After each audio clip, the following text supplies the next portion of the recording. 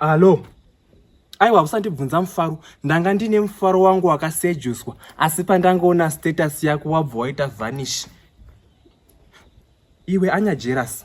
Wakauya zuro ndizuro pamba pangu apa uchipaumba uchiridza mhere. Handiti ndikakuadvisa kuti aiwa zvamuri kunetsana na baba wadini wambodzoka kumba kwako ana kuti siyana nemurume wako ini.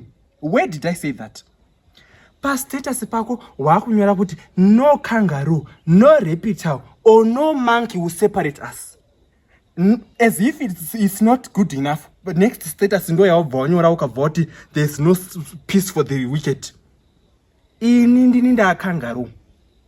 Aiwa usazvidefenda because iwo kana kandiudza kuti no kanga wona toti handisi ndeganda kakuadvisa. No problem. Anya jura maka kuadvisa. Handiti toti ndo kangaroo. Unozanikwa mai ekuchecha anya Phineas akakuadvisa. Inini ndindazopinda pechitatu. Ndinonzi no monkey. Aiwa, no, iwewe wazvisa wega status unotoiona kuti status yaisirwa inini. Iye zvinezvi muri papi? Ndati muri papi? Hausikuona zvandiri kuita panapa. Kana dai wangoona flying kick, it's okay. Inyaya yekuti you are not seeing what I'm doing. Muri papi? Muri papi? Ha! Ini makangaroo. No man.